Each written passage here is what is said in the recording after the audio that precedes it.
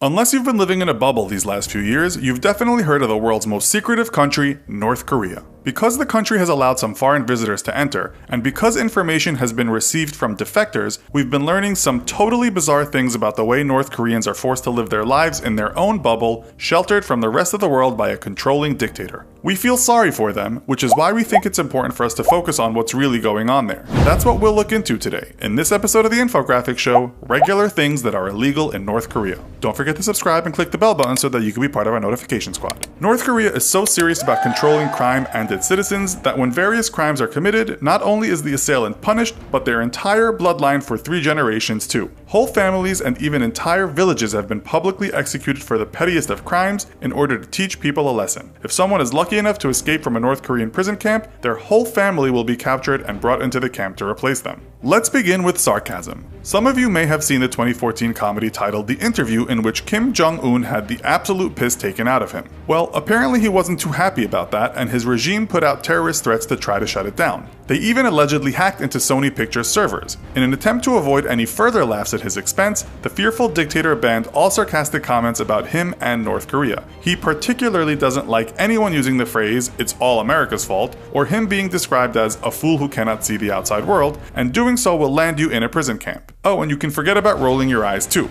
Next up, mourning without meaning it. When a North Korean leader dies, it is imperative for citizens to show hysteria and intense public mourning as a sign of their admiration and worship. When Kim Jong-il died in 2011, a 100-day mourning period ensued, which saw the streets crowded with people crying and falling to their knees. Those who didn't show up to mourn faced execution, and if anyone was spotted not crying or appearing to be sad, they were taken off to a prison camp. If you think your sartorial choices couldn't possibly land you in jail, think again. You'd be hard-pressed to find someone in America that doesn't own a pair of jeans, but in North Korea, you literally won't find anyone wearing them. That's because it's illegal. To North Koreans, jeans are a symbol of their enemy America, and the denim ban imposes their anti-West and anti-USA message. Apparently, the hate for Yankee imperialists is so strong that even kindergarten children are taught to hate anything to do with the USA. Anyone want to Netflix and chill? Not in North Korea. Many North Koreans have smuggled Western media into the country and have shared them amongst family and friends to give insight into the liberated world outside.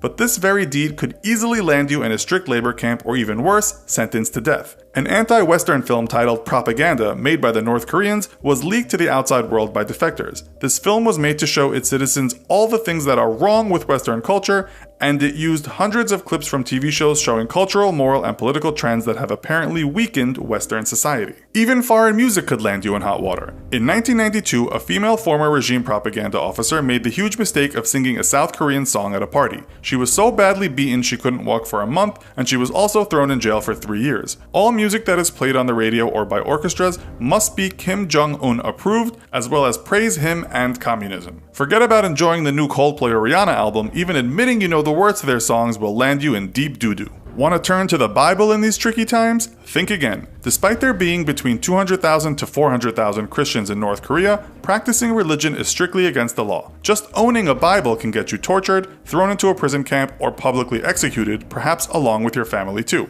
As there is no right to religious freedom, citizens are forced to worship the Kim family, who have actually been found guilty by the United Nations of crimes against humanity for its persecution of Christians. In 2013, 80 Christians were publicly executed in a sports stadium in front of thousands of people just for owning Bibles, and it is estimated that there is up to 80,000 Christians held in concentration camps. After banning Christmas, Kim Jong-un now forces a day of hero worship to his grandmother instead. All this killing giving you a headache? Don't even think of turning off the radio. All houses have a government-controlled radio installed, and it is not allowed to be turned off. Ever. Government announcements are made throughout the day, and you have no choice but to listen to them. Announcements include things like, "The dear leader hit a hole-in-one today on his very first try playing golf." Maybe you want to capture some still images of all the poor people around town for your next school project. Not so fast. Kim Jong-un desperately wants to hide the fact that around 40% of North Korea lives in extreme poverty and earns a salary of only $2 to $3 a month. Taking photos of the poor is a punishable offense, especially for tourists, as the beyond wealthy dictator is afraid of the country's image being tarnished and perhaps from getting in more trouble by the UN.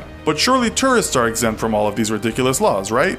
Wrong. Freedom of travel is a big no-no in North Korea for outside tourists, and anyone who tries to explore by themselves can get into big trouble. As a tourist in North Korea, you will have your every move planned, controlled, and watched by the government, so you can forget about any ideas of solo, independent travel at your own pace. You won't even be able to use the public transport system or get into your own taxi. Traveling around the country is only allowed as part of a guided, choreographed tour, which are usually run by the Korean International Travel Company. Their guides will show you around, but you are so restricted that you won't be able to leave your hotel without your guide, even if you just want to get something from the shop across the street, otherwise you and your guide will be punished. It is safe to say that unless you enjoy having extremely strict limitations and being watched like a hawk, it's probably better that you don't go on a soul-searching or relaxing holiday to North Korea. But fear not, dear audience. Just when we thought all hope was lost, we learned that marijuana, of all things, is legal in North Korea. In fact, it's not even considered a drug. You can easily find it being grown in fields and can buy it at local markets. Who would have thought? So, which of the aforementioned crimes, yes, I'm using air quotes, do you think is the most preposterous? Let us know in the comments. Also, be sure to check out our other video called Average North Korean versus Average South Korean. Thanks for watching, and as always, don't forget to like, share, and subscribe. See you next time!